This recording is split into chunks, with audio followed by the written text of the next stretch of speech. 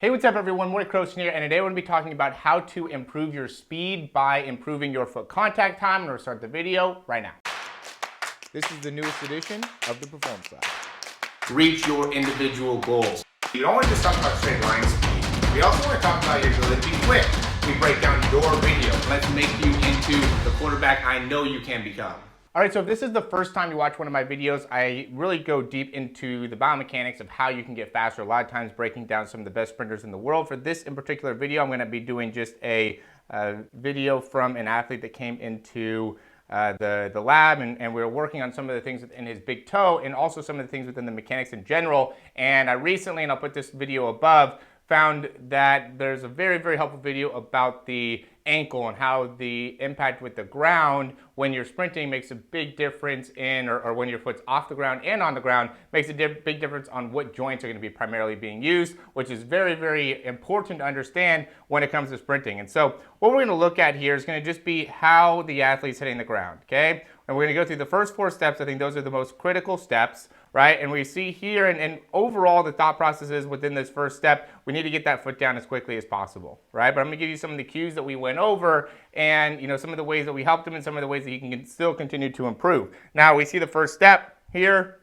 We see that the landing, and the one on the left is going to be from the improvements, right? It's going to be from later on in the session. This was within like a 30-minute time span here. But we can see here the landing with the heel going in. And the reason I don't like that or don't love that is because when he's hitting the ground, you can see that there's an internal rotation here. So now he's already has that calcaneal bone or the heel bone here facing inwards. And then as he pushes off, he wants to get into that position as well. So when you get more of a neutral position with that heel, now we can, one, absorb through external rotation of the hip, which is a key concept, and then be able to then get this action as you're pushing off. So I like that better where he's going into internal rotation while pushing off rather than just while landing, okay? And then from here, what we want to be able to do is we want to get straight through with this knee drive and really create a lot of internal rotation at the hip. And we know that he's in internal rotation because of the position within the knee in comparison to the foot,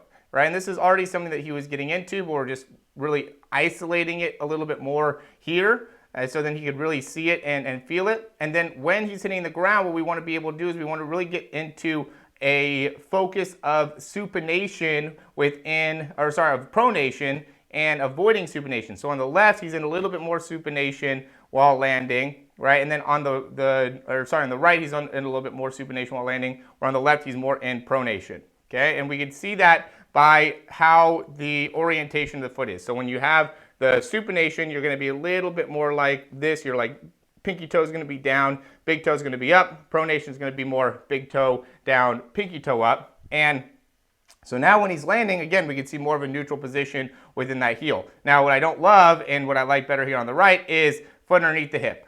It's very important. We do want to be able to get the foot underneath the hip. Obviously, as he gets better on this, he'll be able to work on the timing and get that foot underneath the hip, and we'll be able to see some improvements that he made there. But what's important is as he's landing, he's absorbing more through external rotation here in that hip, okay, in comparison to on the right when he absorbs, he doesn't get that external rotation, which then makes it so that heel ends up going further down. He sinks further down into it. And again, early internal rotation or inward movements there within the heel. And really when you're in that closed chain position, it's going to be both a internal rotation, or the two movements are going to be both in the frontal plane, which is going to be more side to side, and rotational plane. So it's going to be internal rotation, and it's going to be a degree of adduction happening simultaneously, right? Adduction coming inwards, and internal rotation coming inwards, external rotation is going outwards. So instead of internally rotating within the heel during landing, what we'd like to be able to see is more external rotation of the hip. And you can see here how he does a good or better job of externally rotating within the hip by turning that knee outwards. In comparison to here, he does a little bit of it, but it's not as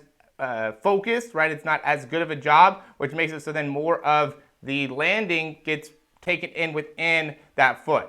Okay, and then we can continue to see how that makes an impact, because now this step he's going to land more on the outside part of his, or with his foot further out. Okay, where this one, and again, I think you do a better job of getting more internal rotation here, but he's going to pull and be able to do a better job of getting that foot underneath the hip. Again, we'd like to see more neutral than internal rotation here, so then when he lands, he can get into a better externally rotated position, but he's learning how to do that definitely more effectively here, where you can see how he's able to absorb a lot better within that foot, right? He's not going nearly as low with that heel, which makes it so then he could transition quicker off the ground. So we look to see foot contact time here. Let's say it's 4.9, about 4.9 here, right? And then he's getting off at somewhere in that 6.3, 6.4 range, okay? And let's just say 6.4.15.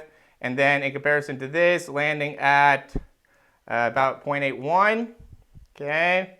And then transitioning off at about 9.5, right? So he's closer to 0.14, right? And this is just within the same day. So as he works on the timing, as he gets more familiarity with it, that 0.14 is going to get closer down to 0.12, but just showing you by completely changing the biomechanics, giving somebody that's 100% new, he was able to make an improvement immediately, which is very, very rare when it comes to sprinting if you've been working within this field for a long period of time. And I will say, this stuff that we're doing with the breakdowns here, you don't have to be in person in order to do this. We could look at this, you could send me video from the back, and I can go and give you some things to be able to understand and work on. There's a lot of different concepts that are really important here, and I'm just giving you a visual of one of the examples of where somebody was able to get a lot of improvement. Here we can see him going back into some supination as he's landing, not maintaining as good a pronation, but again, look at how much better of a position he's landing with his foot underneath the hip, right, in comparison to this one, right? Look at that heel position. A lot of things were able to get a lot better, and let's go, he's at 0.5 here,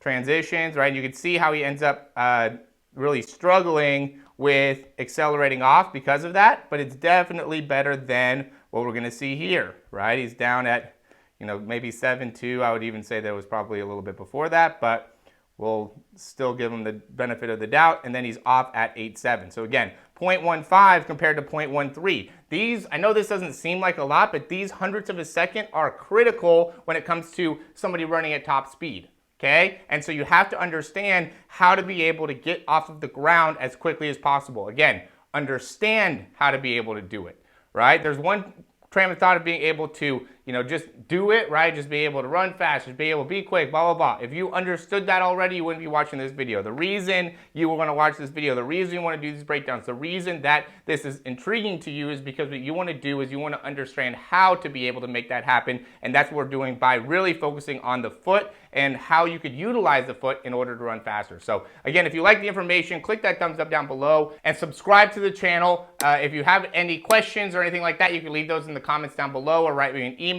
And check out some of our programs. We have some great deals going on as always. We have a 3-month program that's going to include more breakdowns and more information. We also have one that's just more exercise based. You could just do individual breakdowns. There's a lot of things that you can do in order to help understand more how to be able to run faster and also to be able to connect with me. All of those are down in the description below. But most importantly, like the video, subscribe to the channel, check out more of our stuff, and the playlist is down below or when it comes up on the screen now. Thanks for watching. We'll talk to you soon.